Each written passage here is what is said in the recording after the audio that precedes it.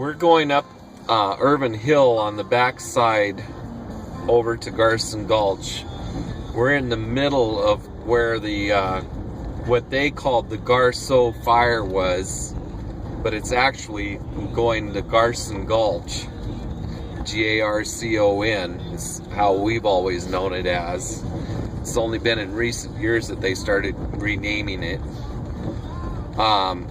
All of these trees and stuff on this video are only a mere small portion of the 9,000 acres that was burned last August, in a period of about 48 to 52 hours of going through, even though it took a lot longer than that to put out the hot spots.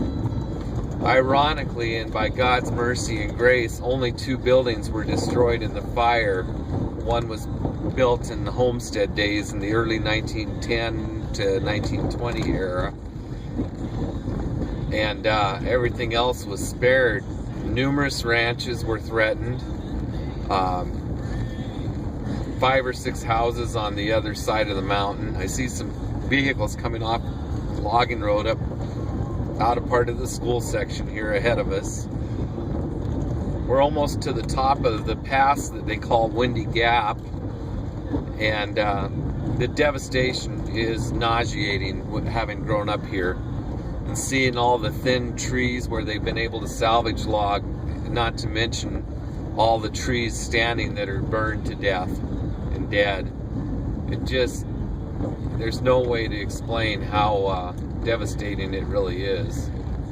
Some sort of a survey crew up here, WGM group, don't know what they're surveying clear up here on the top of the mountain.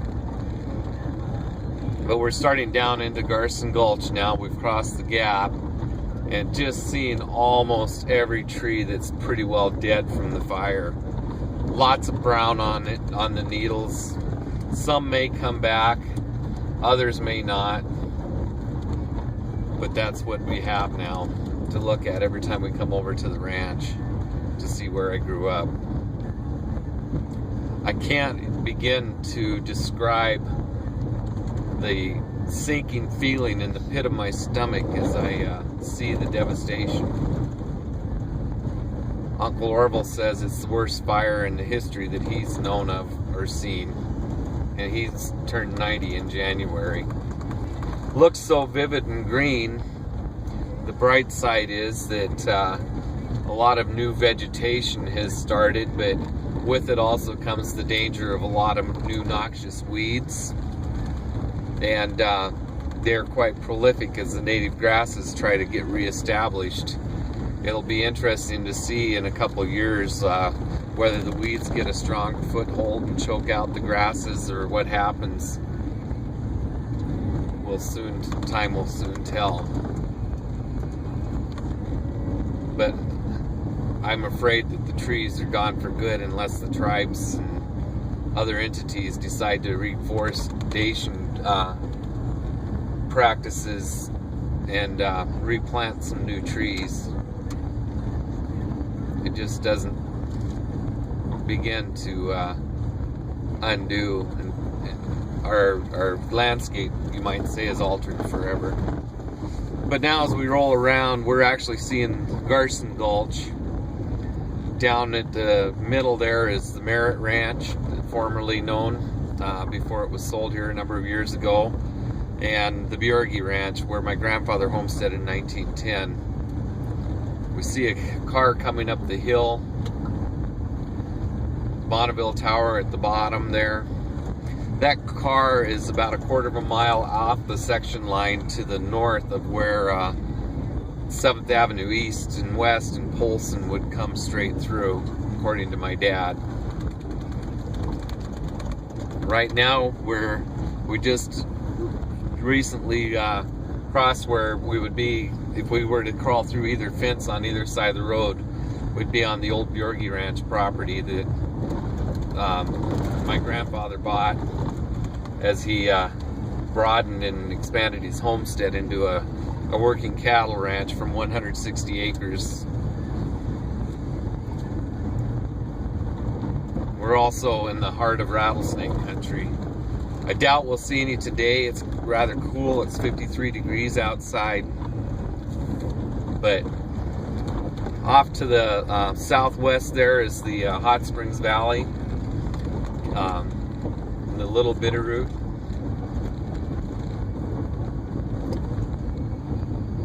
In the town of Hot Springs, we'll see a little bit more of the buildings on the outskirts of town here as we curl the corner and the sunlight catches the reflections. It's kind of nestled in its own little gulch up against the foot of the hills there. It's several miles straight down the mountain from the reservation boundary. It used to be a clear cut across the top that is growing in now with more trees. This corner here, somebody's got a video on YouTube about, and I wish I could give them more information on. The road's washed out from the rain we've had this spring. It's been phenomenal here. And just incredible. We're driving right down the north edge on the county road, what would be the north edge of Grandpa's original homestead property of 160 acres.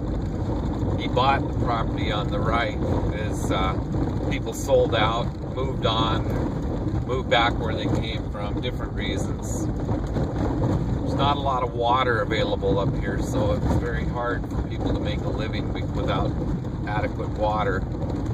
We raised over 200 acres of dryland alfalfa hay up here. Now off in the trees, you see a red barn in the distance across the gulch. That's Orville's place. I believe they bought that ranch in 1940 something, but the house was built in 1923. Orville said that the family moved from the homestead over there in about 1943 or in the late 40s sometime. It had a bigger house and running water to the house and a few other amenities. Up closer became the Merritt Ranch. They've got tenants on it now. I don't know if they work for the ranch or if they're renting, just what the deal is. There's somebody out there pulling with a four-wheeler pulling a brush hog, mowing the farmyard, which is nice. It's nice to see that they're sprucing it up a little bit. Merritt's kept it in a lot better shape. I see that part of the roof of the barn is blown off from storms. But there you have Garcon Gulch at a brief deal in the Garcon fire.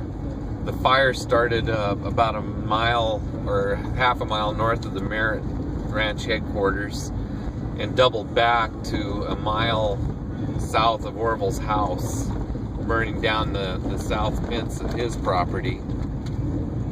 At any given time, the fire, as it was started and where it ended, was only within about a mile of his place. It burned all the way through our ranch yard. It was weird the swath the fire took and how it burned, because no other outbuildings or houses were affected except for those old sheds across the coulee. And so it's a lot of nostalgia. It stirs up a lot of memories, and it'll never be the same for us.